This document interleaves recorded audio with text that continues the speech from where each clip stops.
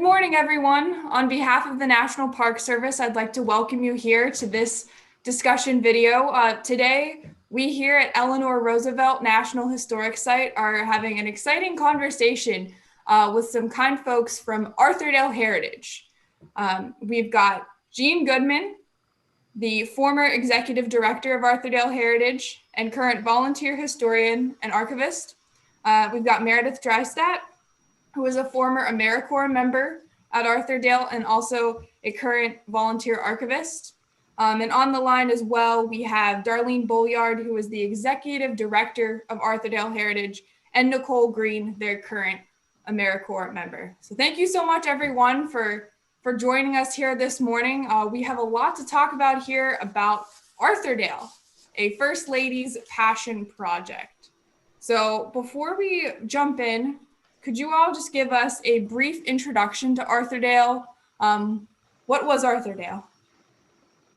Yeah, so Arthurdale was started in 1933, the winter of 1933.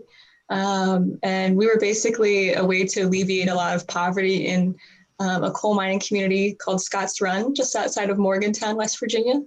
And so right around the end of World War I, there was a lot of sort of growing poverty in that area that was really exacerbated by the Great Depression, especially after some time. I guess there was a lot of conflict in the area and things like that. So this was sort of Eleanor Roosevelt and the FDR's administration's way of showing that they were, number one, progressing really early on in FDR's presidency by having this like concrete community established, and then also sort of alleviating that initial Great Depression poverty in specific areas. So we were the first of 99 homestead communities. So we were very experimental. We were called the Reedsville Experimental Community for a long time. Yeah, and that's pretty much the opening. I don't know if you want to add anything there, Jean. That's the basics of it. And I'm sure we'll go into more depth as we go through these questions and answers. And you're located in Preston County, West Virginia. And for those who don't know, Preston County is the northern part of West Virginia, not the northern panhandle, but we're south of Pittsburgh. Yeah. And we're just 14 miles from Morgantown, West Virginia, where West Virginia University is. Yes, thanks. So that's where they are, for those of you out there who have not heard of Arthurdale. And Meredith, you touched on it a little bit in your answer to that first question, but I was hoping that you guys could tell me a little bit more about the conditions in that area that spurred Eleanor Roosevelt and others to want to create this homestead settlement. Well, Scotts Run is on the other side of Morgantown and is a creek. A run is a creek, and it's also a tiny little town, but it was heavily mined there were 3 different coal seams there. So instead of just having 1 or 2 coal companies, it had at least 13 coal companies in a very small area. So when the Depression came and all these people were no longer working for the mines or working 1 day a week if they were lucky, they were crowded into this small area with no place to go, nothing to do, and were trapped there pretty much. The Quakers were around to help them grow food and did child feeding programs. Extension from West Virginia University also was trying to help them with doing public gardening and stuff. But things were so bad because there was no work for people and people were desperate for their families to do well, that there were a lot of fights and it was just very bad altogether. It was so bad that they even heard about it in Washington, D.C. And Eleanor actually ended up coming and spending a couple days touring that area. So they had already passed, among their multitudes of past laws when Franklin got in, was this Homestead Subsistence Act, because there was this back to the land movement at that time. So since Eleanor saw for herself the desperate conditions that people were living in, they thought, well, we're going to try this anyway, because we have this Homestead Subsistence Act, which was you'd have a small plot of land to grow your own food on. You'd learn how to can. You'd have some way to make some cash to buy the things you couldn't do. And crafts were also part of that back to the land movement, so that we also did crafts. So they ended up coming and choosing to do this Arthurdale. They bought a farm that was in bad financial condition and up for sale. It's interesting that you mentioned the back to the land movement, because here in Hyde Park, Eleanor Roosevelt's Valkill sort of Yes. falls under that umbrella as well. Yes. For those who don't know, Valkill started as a furniture factory for the rural people in this area to try to get them to stay in a rural Right. area rather than seek employment in a city. Yes, So we made the same furniture down here, except ours has MCCA and yours has Eleanor's signature on it. Yeah, is my understanding. that's right. Yeah, so this is very important to Eleanor Roosevelt and even Franklin too. Yes. So it's good that that came up. So they decide on this farm that was in bad financial shape, owned by the Arthur family. All of these poor conditions go into that, and then they start building. So could you take us through the building phase? Reading about Arthurdale, it seems like this phase is really remembered for its hiccups. So could you take us through that? Do you want to do that one? Sure, yeah. So yeah, the land was purchased from Richard Arthur, who was actually retired here from Pittsburgh, and he was into a bunch of different industries: steel, hospitality, electricity, all kinds of things. So he, like Jean said, the farm was sort of failing. It was like his retirement project, and it was really kind of failing. And so when the Depression came, at the same time that Eleanor and the Homestead Subsistence Division is trying to find land, they sort of run into this perfect plot of land that's relatively flat, which you don't really find in West Virginia too much. So they purchased it. And then Bushrod Grimes, who was with WVU, Clarence Pickett, who was with the American Friends Service Committee, the Quakers, who sort of alerted Eleanor to these problems. And then, of course, Louis Howe and folks in the FDR administration sort of kind of put their heads together, and they said, how are we going to make this, basically this cow pasture, into a community for people? So they actually started, Louis Howe bought 50 prefabricated houses out of Massachusetts from the E.F. Hodgson Company. And so they were actually shipped, I think, via truck down here. And that was in the winter of 33. So they were bringing up homesteaders who had, well, I guess they were homesteaders. They were still mostly like coal miners, but they would bring them up on the weekdays, house them in the old Arthur Mansion, which used to sit where the present day inn is, and the Red Onion down the street. And they would actually build this community from scratch. So they started, digging up wells for the houses, building roads, and then actually building the houses themselves. And of course, the Hodgson houses are sort of remembered, like you said, for their hiccups. They were really Cape Cod style houses. They were like really meant for like summer cottages in New England. So coming here and trying to live in those throughout the rough winters that we have was not necessarily ideal. They had to be sort of re-insulated. They also had some problems with the foundations that were like built a little too big or a little bit awkward for the houses. And they all had to be, I think, re-roofed within the first about year that they were here. So it ended up costing the government a lot more money than they wanted to spend, because of course the idea was it would be cheaper if you just bought, these prefab houses and put them up. We used to say they're kind of like IKEA for houses. You just sort of assemble them on site. And so that was definitely one of the problems. But the winter was so harsh.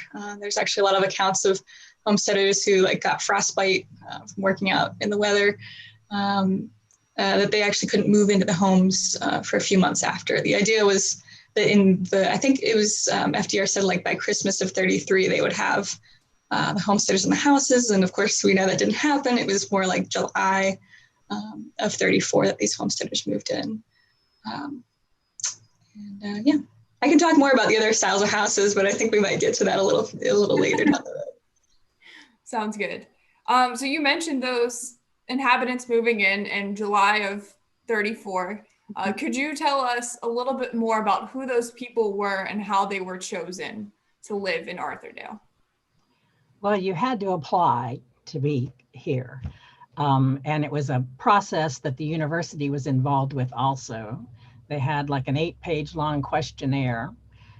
You had to be married, preferably already have a child or two. Some of them had up to 11 children, but the majority had fewer. And they didn't take Black people. Well, at the time, West Virginia was a segregated state. This was going to be a small community, and they would have had to build separate schools and that kind of thing also. So they just took white people, which didn't make Eleanor very happy because she was a very forward-thinking person for the time. They had the parents come in. You went through this interview. They asked you farming kind of questions because they were hoping to get at least a proportion that knew something about farming, since you would be farming. This was a cooperative situation, so you were expected, if you knew something, you would teach your neighbor what he needed to know. They would interview you. They would be asking you also questions like the husband. They might ask you, well, have you ever borrowed any tools from anybody? What did you do with those tools when you were done with them? Which is really more of an intelligence question. If you're smart enough to figure, hey, I should be sure to say I cleaned them all up and gave them back sharpened the next day. And then if they thought and they also were judging the parents. Did they seem to be a happy couple? And did they seem to be people who would work and share? And also, if you had been working in the gardens in the mine area, they already knew that you were a person of responsibility, and that gave you a little clue in too. So if you went through this basic process and they thought perhaps you were suitable, they then would have social work students go to your house. They knew you were living in dreadful conditions, but was the wife at least sweeping the floors and trying to do what she could to keep a tidier looking house, or was it like total disarray? So there was a real judgment because hundreds and hundreds of people applied, obviously, but only a few were chosen. But then you were hired right away to work, so you could be helping your family right away. So these people are chosen. They move in the summer of 1934. What was daily life like at Arthurdale? Yeah, I mean, daily life was very, very different for folks up here. Back then, kids didn't really go to school much in Scotts Run. When they could, they would, but it was mostly, they would kind of sometimes pick up coal along the sides of like the railroad there to like heat the houses, and that was kind of the kids' jobs. And women would try to sometimes grow gardens, and that was under the guidance of the American Friends Service Committee, the Quakers that we talked about earlier. And then, of course, men, if they had work, could go and work in the mines. But again, like everyone is sort of trying to make ends meet in Scotts Run. But I don't want to make it sound like everyone we had in Arthurdale was from Scotts Run. We also had, I was about half that were from Scotts Run. Another half were local farmers and other skilled tradespeople. But that was kind of the start of this project. So that's kind of why we always focus on Scotts Run, since it was the catalyst. So another part of daily life was that women could actually also kind of work here, which is a little different for the 30s, but they could become part of the weaving guild, I guess I'll call it, up here at Arthurdale at the community center, and learn to weave together, which was very much a social thing as well. And then the men would be employed either at the furniture factory, which is right next to the loom room, and sort of build that Mountaineer Craftsman Cooperative Association furniture.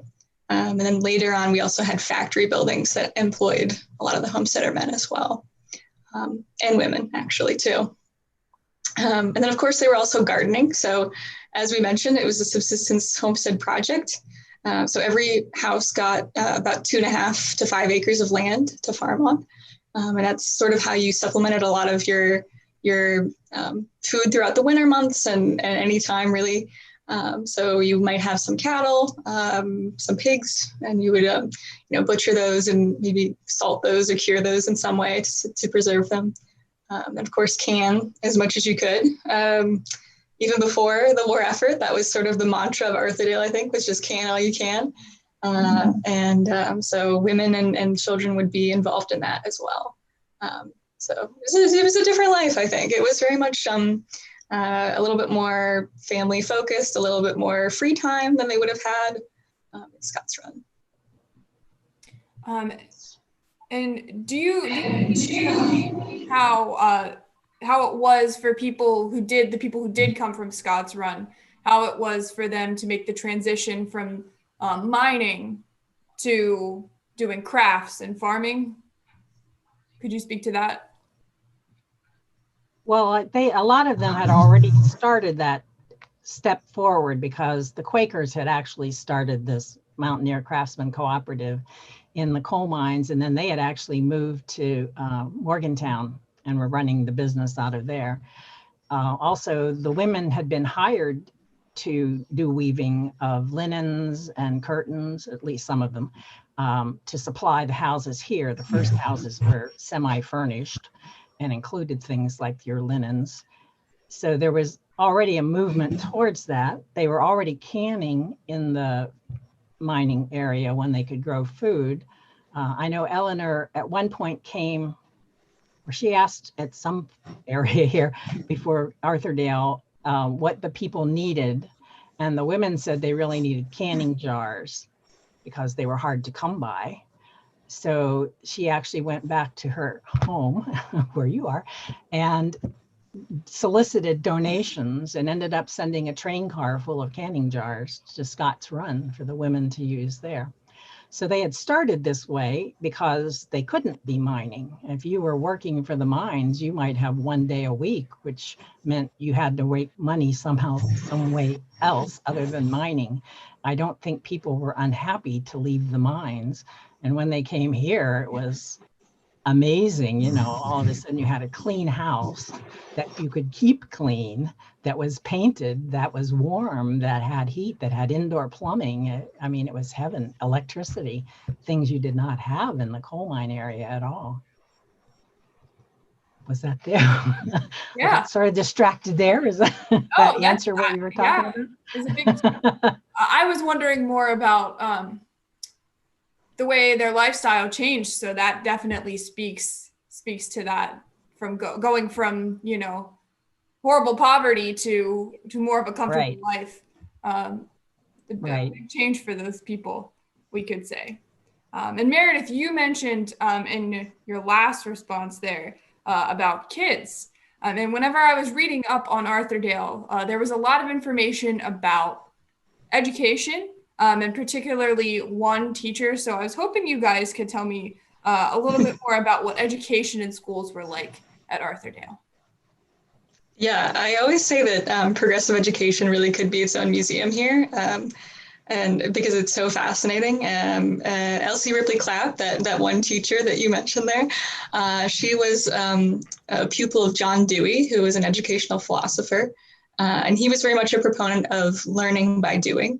And also sort of making the schools the center of the community, which was kind of mind-boggling for a lot of folks, but it was very much, I think with the era, I think with that sort of back to the land, like community engagement kind of thing and cooperative living.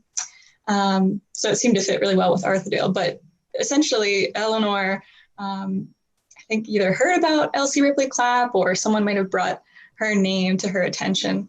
And so she was hired on here and actually helped sort of build the schools. There were 6 school buildings here, which is huge for a very small community. We were at max 165 families here.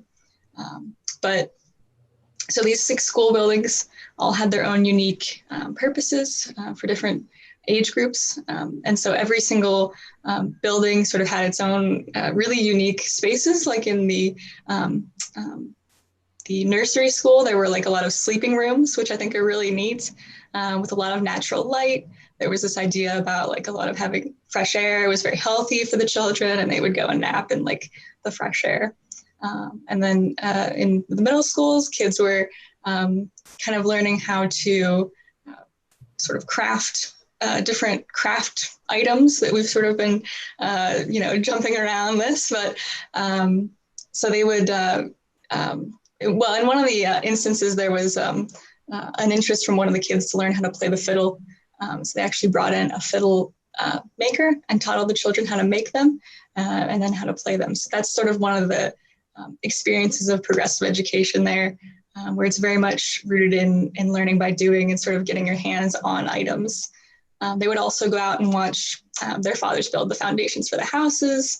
They would go to local banks and learn how to count money and things like that. So it was very unique. But again, the idea was that these children were going to be sort of prepared for the world they would be stepping into. They would already have some skills in handicrafts and the basic necessities to survive in like a Depression era lifestyle, I guess. And then, of course, I sort of mentioned that it was also the center of the community, the schools were. And that was, again, a very deliberate choice by Elsie Ripley Clapp. She held a lot of dances, a lot of night classes for the homesteaders themselves, a lot of various events and community functions that made this community a lot more cohesive and also sort of educated the homesteaders who themselves had often not been educated. So, yeah. Also, the school library was a public library. The community could go there and read books or newspapers and check out books and things. So that was further central to the community.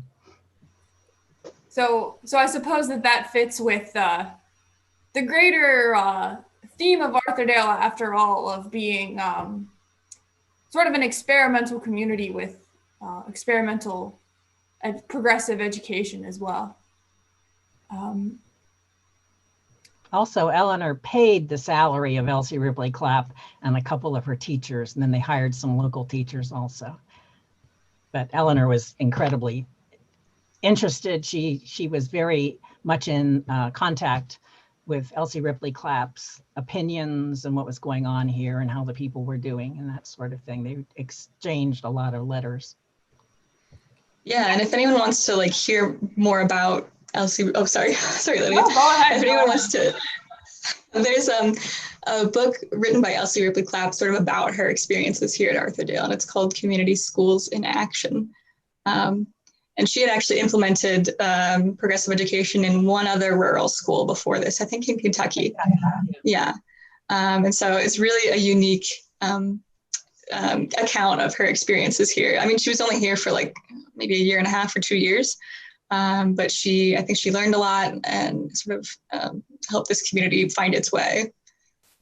Yeah, absolutely. And that gives me a great segue into my next question, which is, what was Eleanor's involvement once Arthurdale was up and running? You mentioned that she had regular contact with Elsie Ripley Clapp, but in what other ways was she involved in the community? She was deeply involved with the community. She was friends with many of the homesteaders. She ate in their houses. She brought gifts for their children. She came to, starting at the first graduation, she came to 11 school graduations and spoke at them and handed out diplomas. She got Franklin to come in 1938 and give the graduation speech, which was actually about taxes and broadcast on the radio, and hand out the diplomas. So she was really concerned this would be successful. She usually came 3 to 4 times a year up till her husband's death. She came back in 1960 when they dedicated the church here. And she died in 62, and she was not well in 1960. But she was very concerned that these people would succeed, that they would learn from the errors they made in Arthurdale and do better in other locations. You know, that's why we were an experiment. They were trying things. You never know what's going to happen. Also, I always say when I'm giving tours, they didn't like form a committee to study the actual problem for a year before doing anything. People were starving to death. They leapt right in and did their best and knew they would make mistakes, but would improve in the future then. So she was very involved, and had generally a good relationship with the homesteaders, would you say? Yes. Yes. Yes. Yeah, she actually was friends with several of the families. And I have lots of stories if you come here that people have memories in their family of Eleanor bringing dresses at Christmas, or she sent money up every Christmas to the women's club who would buy children a gift. So every child up to the age of 16, they'd have a Christmas party and every child would get a gift that was chosen for them.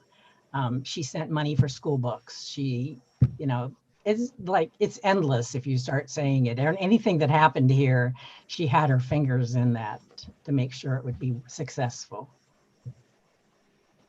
So Eleanor obviously had a positive view of what was going on in Arthurdale, but what were reactions to Arthurdale and the Arthurdale experiment by the media and public officials and the general public?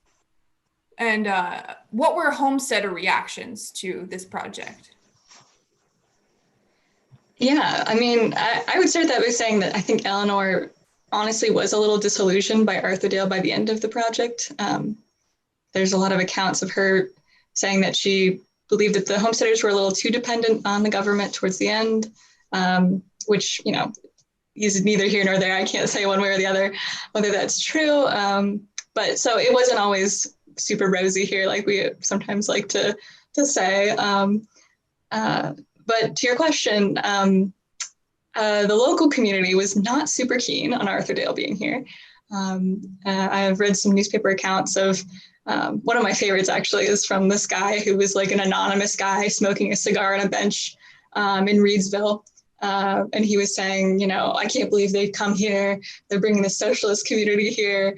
And they're sort of, they're painting our beautiful Preston County limestone white in regards to some of our buildings that were painted white, which I think is just really an extension of his anger at this community.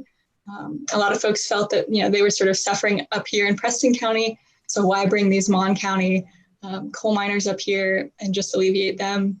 And that's absolutely fair. I mean, this was, again, the Depression. Everyone was kind of struggling.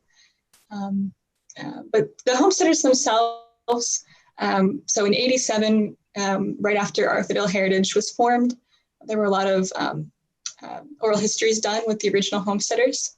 And I'm not sure if they, again, were sort of looking back with a lot of rose-colored glasses on, but a lot of them are very much, they were very much pro-Arthurdale. They were very much thankful for the experiences they had and sort of the life that set up for them and their family. And we see that honestly down the road, these generations after the original homesteaders, people who are now very successful, very much like middle to upper middle class. And I think that's really due to this project. These folks might not have had the opportunities that they had they not been, moved up here to Preston County. So. And Eleanor helped them get jobs in many cases too. Yeah. The children ended up working for the government in DC or doing other things, and she would try to connect them in with some job they might be interested in. Absolutely. Yeah. So in my reading of Arthurdale, there seemed to be a lot of even national, you mentioned local criticism of the community, but even a lot of national criticism was out there. So much so that in Eleanor Roosevelt's My Day newspaper column that she wrote every day for many years, in 1946, she felt the need to defend Arthurdale on a national scale. And she said that, by helping these people now, that the government would be saving taxpayers a lot more money in the future, trying to provide for them now so that they wouldn't end up in jails or other institutions. So a lot of criticism exists, or existed at the time, I should say, for this project. And do you think that perhaps Eleanor Roosevelt's involvement in this project was a lightning rod for even more criticism? It being the 1930s, she being kind of a new kind of first lady. Well, definitely. I mean, people weren't used to somebody as a first lady who just didn't have teas in the White House and make cookies at Christmas and be a fixture of beauty, not a worker. But obviously, though, half the country loved her and half the country hated her. So when you read articles from the time, you can find them both ways. And she seemed to take all that criticism very well. She was one of the most hardworking people I've ever read about. I mean, the woman worked from dawn to the middle of the night, you know, doing a million things. When she came to Arthurdale, she would also have 4 other places she was going in 2 days to do. You know, she was an amazingly hardworking person. Yes. Yes, she never stopped. No. So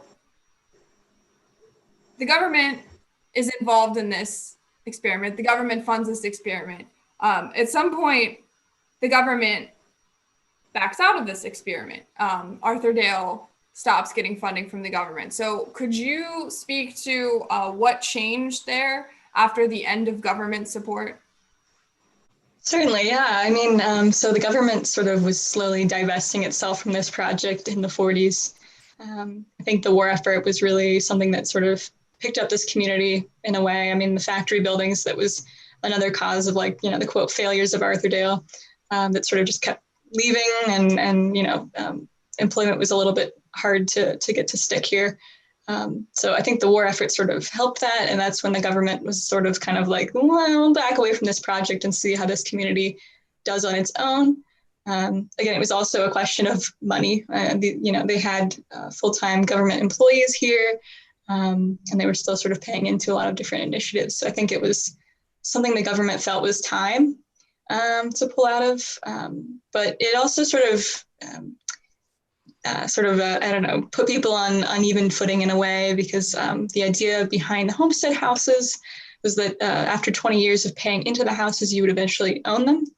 And so when the government left, that agreement sort of also left. So folks had to either sort of produce that money to pay off the rest of their houses, which in some cases wasn't too much. They had been paying into it for a while, but in other cases were a little bit more financially taxing. So some folks did leave Arthurdale then and go other places. And also employment again changed. A lot of folks did end up going back to the mines, not necessarily moving back to Scotts Run or anything, but moving back to working in coal mines where there was a little bit more money. And then there, of course, were industries here that sort of started to succeed as well. So some folks were able to pick up employment right here in Arthurdale again. So it was sort of a different outcome for a lot of different families. I've talked to, like, Randy and his family, and there was and several other homestead children have talked to me about the fact when the government was leaving, they offered, if Arthurdale wanted to incorporate, they would have given them the dairy farm, all the equipment, all the trucks, everything. And there was a big argument between the homesteaders because mountaineers want to live free and they don't like people telling them what to do. So they didn't want a town, half of them, and half of them did. So they had these meetings and arguments through, and eventually they did not form a community. So the government gave the dairy farm to the university and took their equipment and took their trucks away and stuff. So they could have had a different outcome had enough homesteaders voted to have an actual town happen at the end of the government's involvement. Very interesting. And in that way, I think Arthurdale fits in with a lot of New Deal programs and projects that once World War II came about, the focus was win the war. I think FDR said that he was Dr. Win the War after so Arthurdale definitely got swept up in that as well. So we can move on a little now to talk a bit about Arthurdale's legacy and the way that it is commonly remembered. One view that I came across in my reading was that Eleanor Roosevelt's involvement And Arthurdale was based in the fact that she thought that she was superior to those who lived there, that she was trying to improve those people who lived in rural West Virginia. And I was kind of wondering what you guys would say in response to that, because that seems sort of like an extreme view. Yeah. I've never heard anybody say anything like that. Okay. She was incredibly empathetic. I have had people tell me, you know, she's not the most beautiful person in the world, but she had lovely eyes. And when she spoke to you, all of a sudden she became beautiful because she was so empathetic with you and so caring. And she was into the children. And she obviously didn't think these people were inferior. She did this sort of behaviors every place. She used to go when she was only 18. She went to New York, part of the junior league, and went to the settlement houses and taught movement and dance to children there. And, you know, so she came from a very tragic childhood herself and was the ugly duckling as a child and always felt awkward. And I think she just had a great empathy for people and their situations. I can't imagine she was feeling they were inferior at all. Yeah, I totally agree with you, Jean. I think that there's sort of, I think within Appalachian studies as a whole too, I think that there's this sort of often well-placed belief that people believe that Appalachians are sort of inferior or that they're less than, that, you know, we're going to come in and change things and Appalachians just sort of want to be left alone.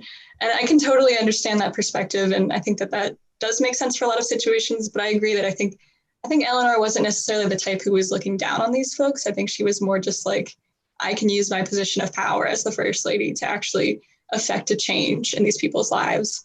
So I don't think that that was necessarily a thought that she had, at least. Certainly other people might be a little bit more thinking that way, I guess, but I don't think that was necessarily Eleanor's thought process. Yeah, I honestly would with you all. Reading that opinion was, to me, very shocking. And knowing what I know about Eleanor and her empathy stemming from her very difficult childhood, and even to some extent her difficult adulthood at times, it definitely doesn't seem like it fits in this situation. But we can move on now to talk about the general legacy of Arthurdale. And I'm curious to see if you guys think that we should consider it a failure.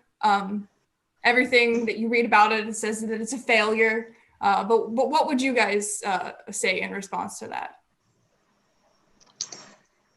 Oh, yeah, I mean, go ahead. I'm sorry. It's a great question. And even our Wikipedia page says that. So, you know, it is a hard legacy to escape. But again, I think looking back on how Arthurdale changed the lives of these 165 families, I think that the homesteaders themselves, every time we interview them and talk to them, even casually, they always say, no, it was not a failure. Like we're given so many opportunities to succeed in ways we wouldn't have. And of course, we do kind of forget the other thousands of folks in Scotts Run who were sort of left behind from this initiative. And of course, all the other, 98 homestead communities, however many people who were left behind in those situations as well. But no, I wouldn't say it was a failure. I mean, it certainly had its struggles, but we were so experimental. I mean, how couldn't you have struggles? That was sort of the nature of the beast, I think. I'm sure everybody who was here thought it was a big success and their children were successful. And it really was, you can look at it money-wise or you can look at it human-wise.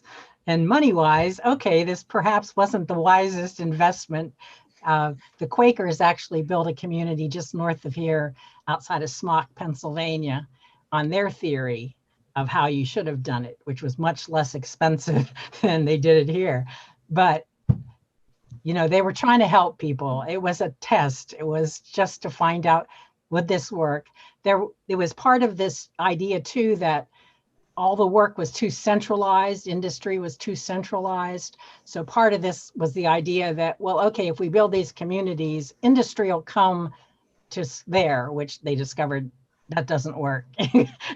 Industry is where it is, and people need to go closer to industry. They're not going to just pick up and move to the country. But that was part of the reason they tried this too, as an experiment to see if that would help across the nation to put up communities and attract industry to different communities. You know, this is Darlene Bolyard, if I may add my personal experience. My parents were those who came after. They were born in 1929 and 1932. They moved here after the government pulled out in the 40s.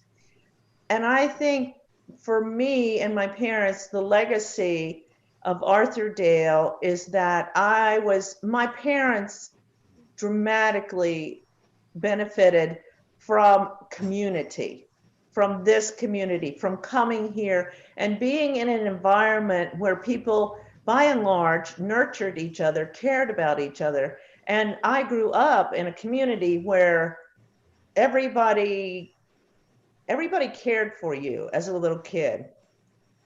And you felt a sense of obligation and responsibility, which I think is very, very important to building a community.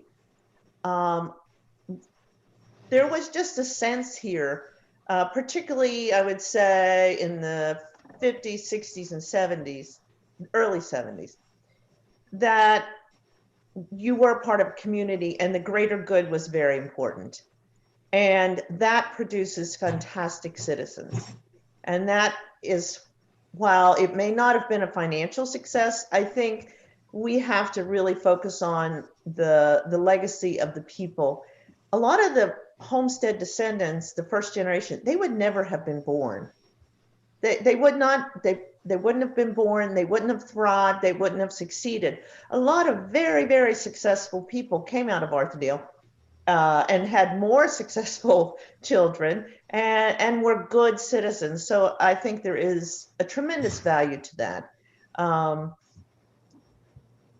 Yeah, and I also, just one other thing I want to say is as Jean and Meredith have heard also many times, when we talk to homestead descendant first generation people, they often say Eleanor was our angel, and they refer to her as our angel so many times. And I think that speaks volumes about how Mrs. Roosevelt was perceived by the homesteaders. She was one of them. They loved her and she loved them. It transcended positions and status in life. And I think that truly is an incredible legacy for Mrs. Roosevelt to leave behind. Yeah, thank you. Thank you for sharing your perspective. That's fascinating, your connection to the community. So I was thinking we could wrap up with you guys telling me a little bit more about your day-to-day operations and what people can see if they go to Arthurdale today. Yeah, so we actually, Arthurdale Heritage owns the community center buildings, one of which you can see on the Arthurdale Heritage Zoom screen there, but that's the Center Hall building. And so that was where a lot of community met. And we also have the craft shop, which is where a lot of the homestead craft goods were sold. Still exists, but it's kind of to the right of the Center Hall there. And that still is our craft shop today. That's also our visitor center, which is open, mostly, at least in half the year, we're open every day of the week. But right now in October through April, we're open just weekdays.